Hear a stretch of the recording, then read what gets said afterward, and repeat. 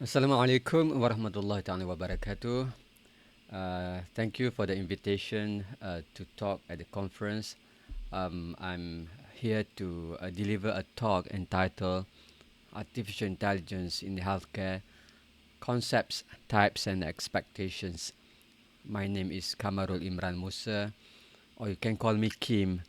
I'm a professor in epidemiology and statistics, and also a consultant in public health medicine from the Department of Community Medicine, School of Medical Sciences, University Science Malaysia.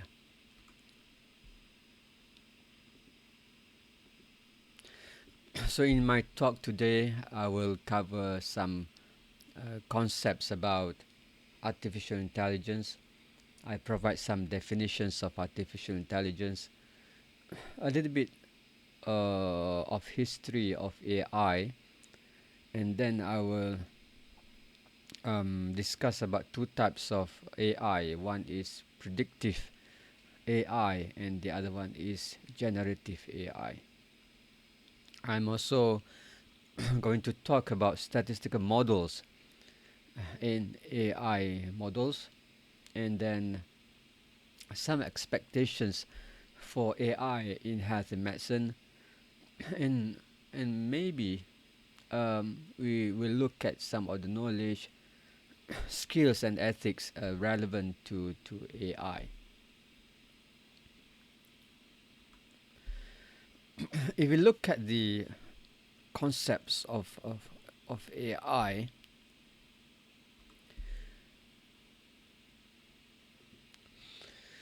if we look at the concepts of AI, we know that AI, or artificial intelligence, is the science of building computers and machines. And these computers and machines can learn like us. They can also provide reason like us. They can also act like humans. Okay, that is supposed to be AI. And AI should be able to perform many functions. For example, they should be able to see, they should be able to understand, they should be able to translate spoken and written language, they should be able to analyze data, and they should be able to make recommendation.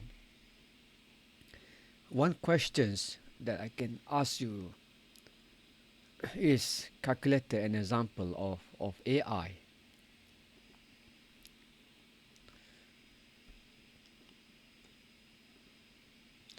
No, calculator is not considered as an AI tool. Um, Even though calculators are valuable for specific tasks, it is not a computer system, so it cannot perform tasks that human can perform. Calculator cannot solve problem. It cannot make decision making, and it cannot learn from data. It does not use algorithm. It does not use machine learning techniques.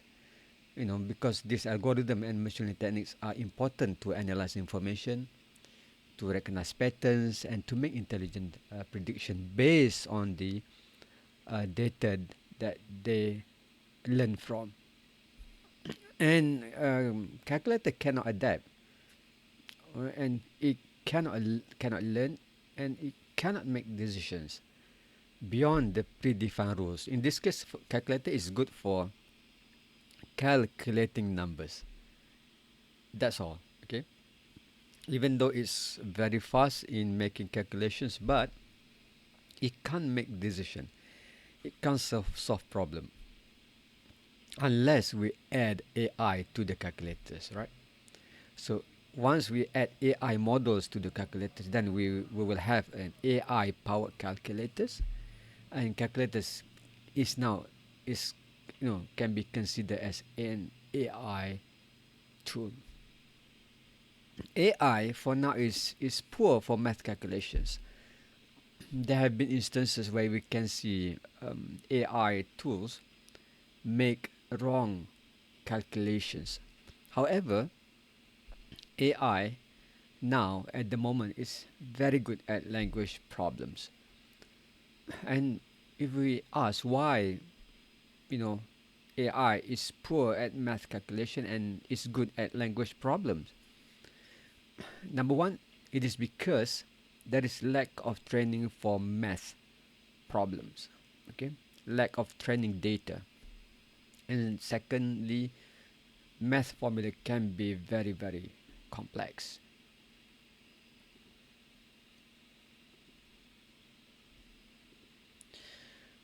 If you look at the definition of AI, if we want to define AI, we can define AI as a project of developing systems, and in the system it contains intellectual process, similar to humans being, for example, the ability to give reason, the ability to discover meaning, the ability to generalize, and the ability to learn from past experience. That's what human can do, right? That's what human can do. So if you can make a computer that that have that same characteristics as human, that can give reason, can give discover meaningful things, generalize and learn from the past experience, that is a very advanced AI. So, and secondly, we can also define AI as the capability of the computer systems or algorithms to imitate intelligent human behavior. So, for example, like we have tumor cells, right? And then we extract the single cell RNA and put in the machine that have that capability to learn from data, to identify some patterns. These models in the computer will be able to make prediction as if uh, that machine is a doctor. So that is two definitions of AI. And AI is basically a large concept, and within AI you have um, machine learning, which is a collection of methods and a collections of algorithm to run artificial intelligence machine or tools. And a subset for machine learning is deep learning, where you have like many layers of neural network, and there will be like a flow forward and backward, so your data can learn from hundreds of layers possible to make prediction. And there is also a symbolic AI in addition. But this machine learning, deep learning, symbolic AI basically sits inside artificial intelligence. So artificial intelligence is actually is a large term, right? It's a big term, and inside that there are machine learning and deep learning. And if you look at the AI in daily life, it's now being used in autonomous driving system. Uh, Cars, for example, use AI to identify whether they are humans or animals, or obstructions in front of the car, and the car can maneuver themselves, right? There's also biometric technology to identify faces, whether these are the faces of the staff or they are not. They are also being used in language translators. You can now use your your phone or any other tool to translate languages in navigation system, as virtual assistant in social media. When you look at AI in medicine, we have been using that or AI for deep learning algorithm, for example, in ECG analysis, in medical imaging, in robotic process automation. We now have wearable devices that can detect if you have like abnormal heart beat, or if you are at risk for stroke. We also have developed AI chatbot, and there also now virtual assistant for e-health records. Okay, so you can just talk to machines, and the machine will be able to to understand what you are talking and digitize what you are telling the machines. So now the AI in the computer become like a virtual medical assistant. If you look at the history of AI, it's in 2023 there is a rise in large language model. For example, like ChatGPT, a large language model. Before that, it was quite quiet, right? We have heard about machine learning, but deep learning, but it was not so interesting until we had large language model in 2023, right? ChatGPT, for example, right? And in 2024, this year we have like you know very stiff competitions between AI developers. ChatGPT by OpenAI. We have Claude. We have Gemini. We have Copilot. For example, Meta AI.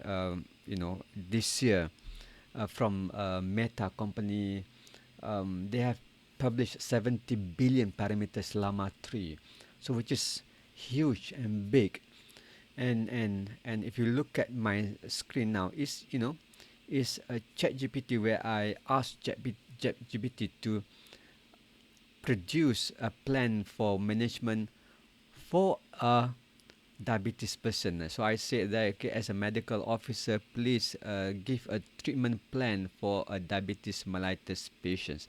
So ChatGPT then spit out the uh, the management of that person, which is amazing. And I've also instruct it to just limit to 1,000 words.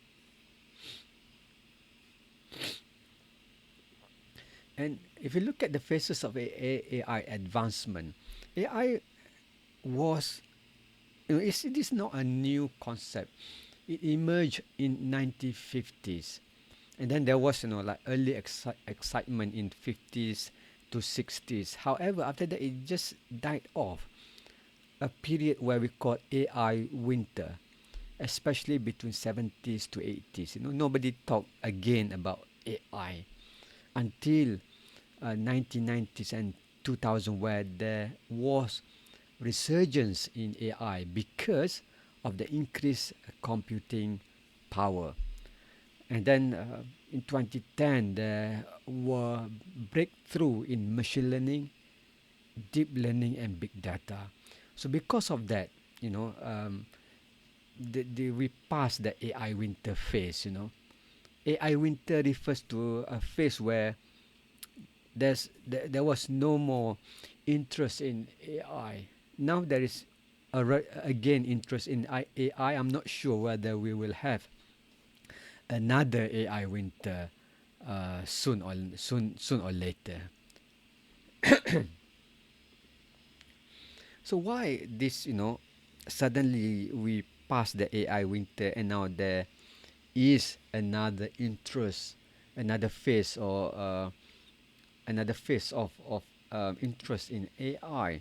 Number one, because we now have increasing computer power. For example, NVIDIA, a company that's produced a GPU, graphical processing unit, that help computer to be very, very powerful in analyzing large data and complex deep learning analysis.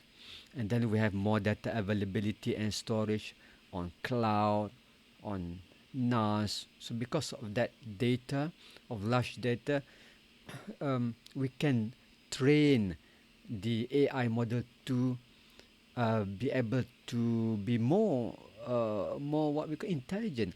So as if if you have like, if I take one example, one student who read 5 books, and now we have a student who can read 50 books or 100 books. Of course, the student that read 50 books or 100 books have more intelligence and more understanding of the subject, right? So more data you have, then the AI becomes better.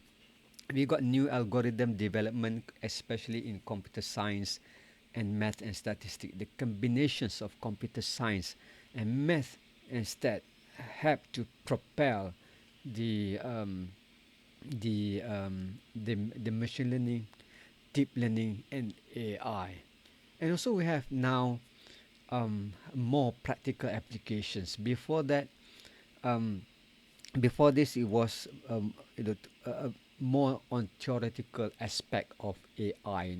Like deep learning, machine learning. It was more like too theoretical. Nobody saw how to apply that. But now, industry and even us now we appreciate that AI can help us. So they are more practical. In this case, for example, large language model, ChatGPT, Gemini, Copilot, they help us. They help us, okay?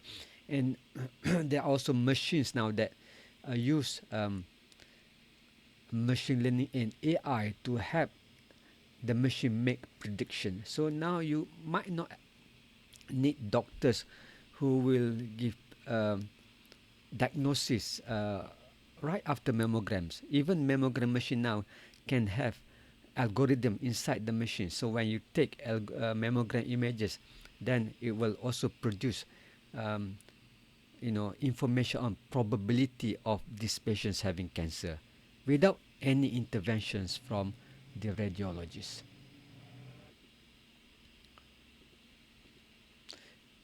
All right, now I will go to types of artificial intelligence. We have understood artificial intelligence. We have seen how artificial intelligence progress, and we also saw that there was a time where uh, AI did not interest people. AI winter, right? So now I'm going to types of artificial intelligence, especially in healthcare. So there are three types of AI. First is the artificial narrow intelligence, which is also known as stage 1 AI. This is where we use machine learning. It's specialized in one area and solve only one problem. After that, we have artificial general intelligence, AGI. This is stage number 2. Again, we are still using machine learning, but now we have machine learning inside a machine. Now the machine learning is more advanced. It is more intelligence. So that computer now um, able to be to think, to analyze data, and communicate with us like a human. All right, like a human. So now we are um, at this phase. But the next phase is what we call as artificial super intelligence. This is where we reach stage number 3, where the machine is now conscious about data, about surrounding, and this is where the machine can be smarter than human brain. So it will help us make decision, or we may have to depend on them to make decision. So these are three types or three phases of AI: artificial narrow intelligence, artificial general intelligence, and artificial super intelligence.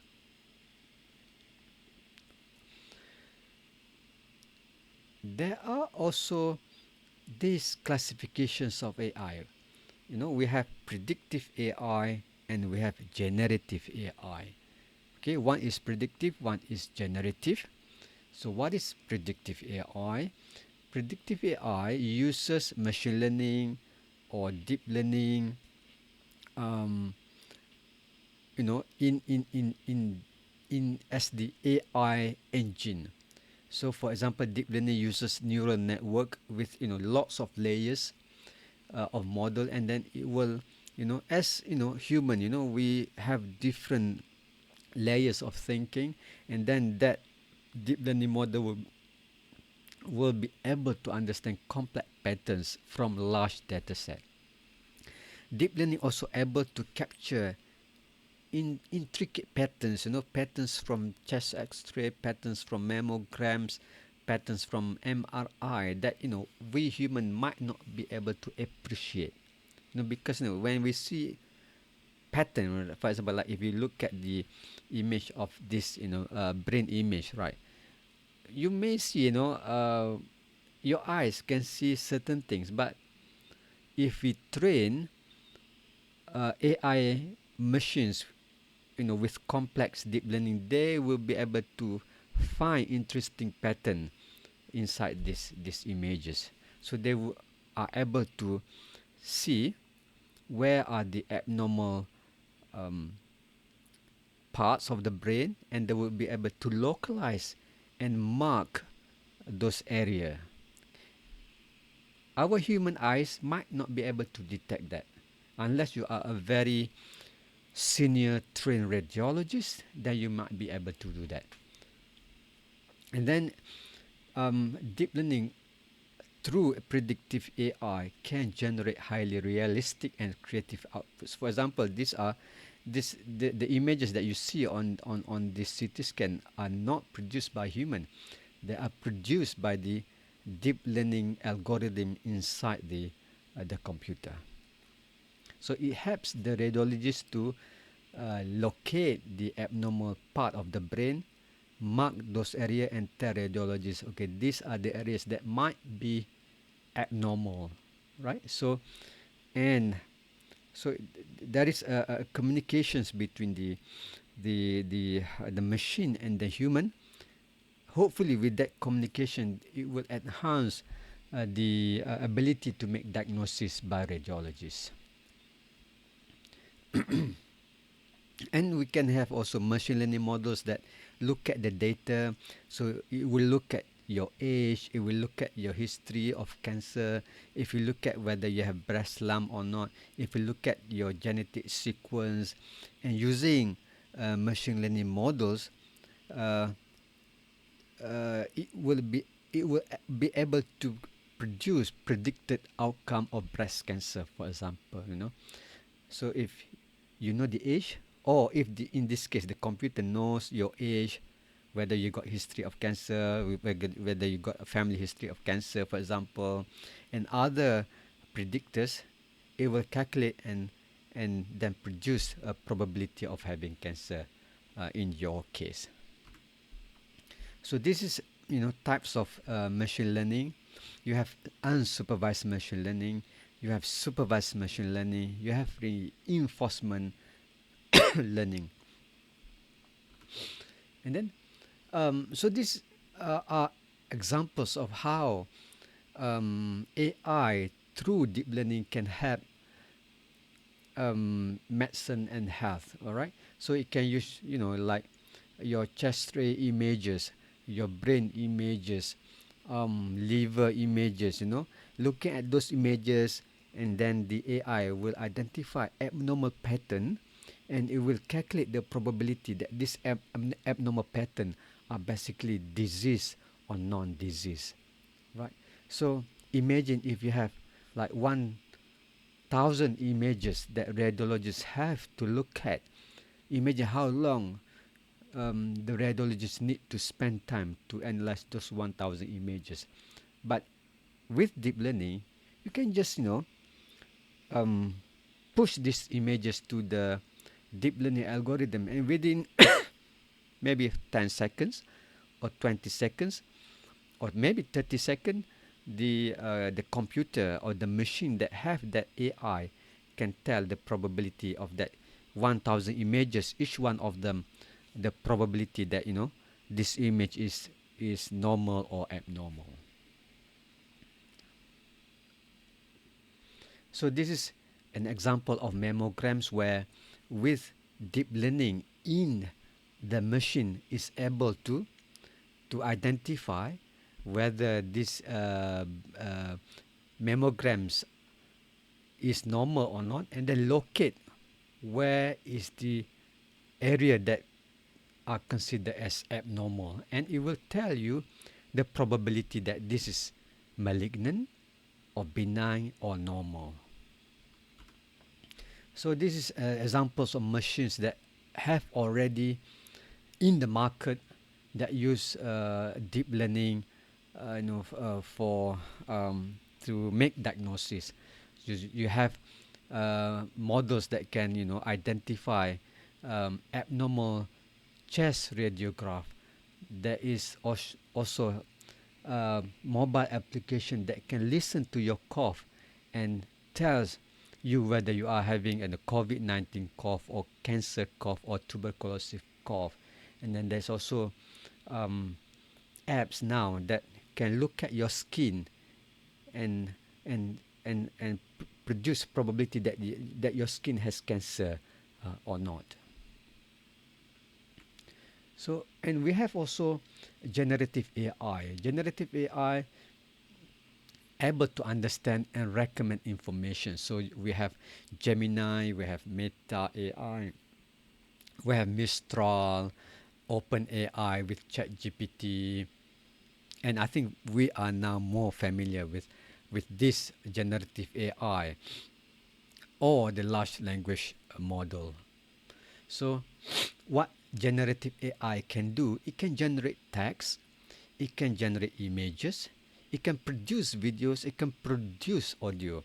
Predictive AI cannot do that. Predictive AI can only produce probability, but generative AI can really produce, things, text, images, videos, audio. So, for example, it can create synthetic data. It can generate patient education module. It can create a new pattern of drugs. It can make diagnosis, based on the images or what. It can write medical diagnosis. It can help with clinical documentation. Sometimes we are lazy, or doctors are quite not lazy. I would say is very busy and cannot write a very long synopsis of patients, right? So AI can help with that. So it can look at what you have written. It can look at data from the lab. It can look at data from PAC server, and then it can come out with clinical documentations. So those are generative AI. It means that it generate things. Okay, it generate things. Even in public health, if you want to produce module, you can use generative AI, and then you can have or produce a useful module maybe. And then um, as a user, okay, how do I use AI? I can use predictive AI to estimate probability of disease, and I can use generative AI to develop new contents. Okay, so those are the as a user, you can use predictive AI, or maybe as a radiologist, you can use predictive AI. But if you want to write books, modules, or if you want to uh, write a medical record, then you can use generative AI. So generative AI in medicine and health, again, can be useful in drug discovery and development. It can discover new drug. It can develop drugs. It can generate new images, and identify what are the uh, areas which are normal. It can generate personalized treatment plans. It can create new uh, genetic makeup. It can also generate optimal clinical trial design. It can also predict patients response. So a lot of benefits of using generative AI in medicine as well. It can also produce synthetic health data. It can be a chat box where you can communicate with chat box. You can ask chat box if you are stressed, or if you are depressed, for example, what should you do. And and it can also help with biomedical research, right? You can do literature review. You can write your paper using AI. Okay, but be careful, some journals do not accept that. It can also help to summarize electronic health records, and it can also be useful as a tool to produce modules in medical education. These are examples of generative AI: ChatGPT, Llama 3, Claude, and Gemini. In my case, I use Claude 3.5 Sonnet, which I subscribe and has been very very useful for me. I think I almost use Cloud 3.5 daily in my line of work. So this, if you want to try, if you have your handphone, right, you can go to chat.openai.com and try and type how to treat diabetes. You can even talk to ChatGPT now, right? You can talk and then it will respond to you also in talking. So in this case, I want you, if you have time after this, you go to chat.openai.com and type how to treat diabetes and see what would be the recommendations that ChatGPT produce, right? And when you ask uh, um, uh, you know, uh, uh, Chat GPT, for example, you have this kind of step, provide the context. You are a medical doctor at the diabetic clinic. Provide a contents or reference. You are going to prescribe anti-diabetic medications to a patient with diabetes mellitus. State desired topic. Suggest the anti-diabetic medications. Set parameters such as do and don't. Include the names and the dose. Specify format. Write in paragraph and then refine. So these are the one strategy that is useful if you want to interact with ChatGPT and other LLM, for example. But there are also ethical issues in LLM. For example, data privacy and confidentiality, informed consent. Sometimes you put data in ChatGPT and you don't know whether your data will be leaked or not, right? And then bias and fairness, transparency and explainability, accountability and responsibility. What will happen if you use the the module that ChatGPT produce and something bad happened to patients, right? Who will be responsible? Who will be responsible? You or ChatGPT? ChatGPT is only a tool, right? So who will be responsible for that? And then over reliance on ChatGPT, sometimes up to the extent that we don't think anymore. We just go to ChatGPT without thinking, right? And then patient autonomy, data quality and reliability. If you have poor data or bad data, then also that will make the LLM produce bad recommendation as well. Equity and access, continuous learning updates, human AI interaction, and regulatory compliance. So as someone who is in healthcare, what do I expect? I think number one, you can be a contributor for AI. So you can encourage the use and influence the use of AI in your setting. For example, dekat pejabat kesihatan daerah or jabatan kesihatan negeri, maybe you want to encourage the use of AI. Maybe discourage, I'm not sure. Okay, maybe you can develop applications in AI.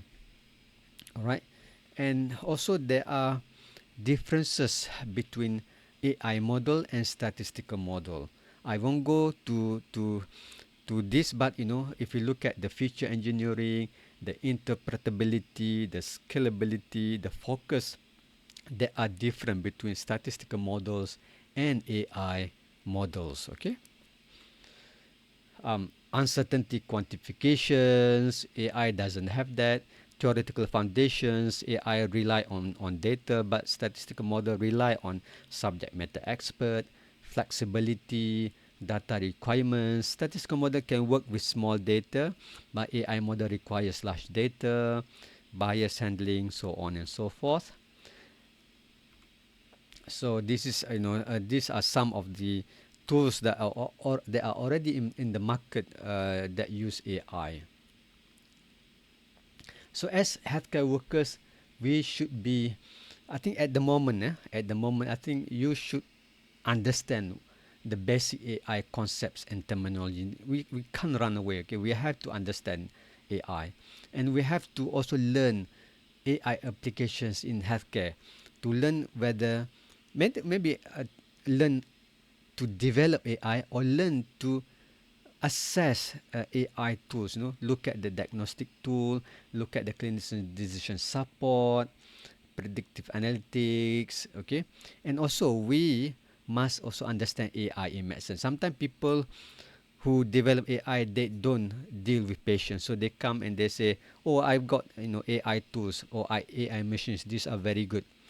But as people in healthcare, you have to know the limitations of AI. So you have to know the right questions to ask these people. Know how useful, how bad, what is the validity, what is the accuracy, so on and so forth.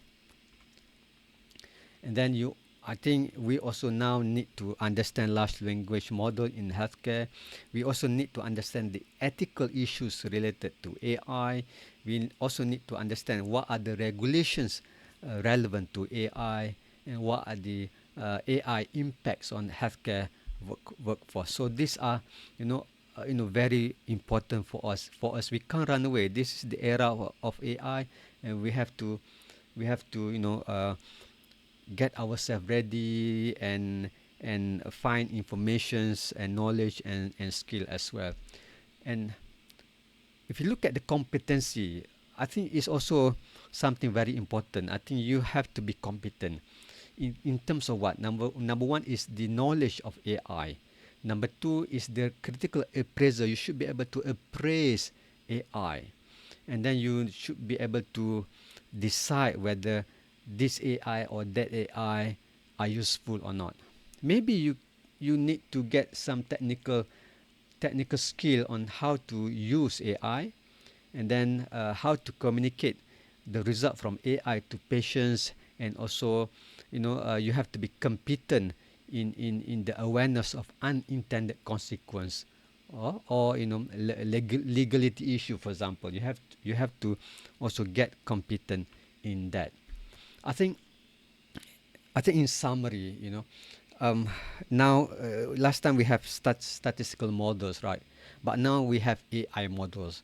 So you have to know when to use statistical models and when to use AI models, even though they overlap.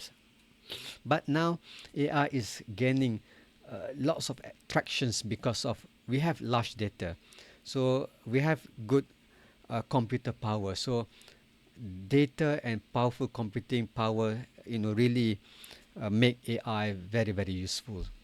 And you also understand or appreciate that there are two types of AI. One is predictive AI, and the other one is generative AI. And AI will become more and more important for healthcare.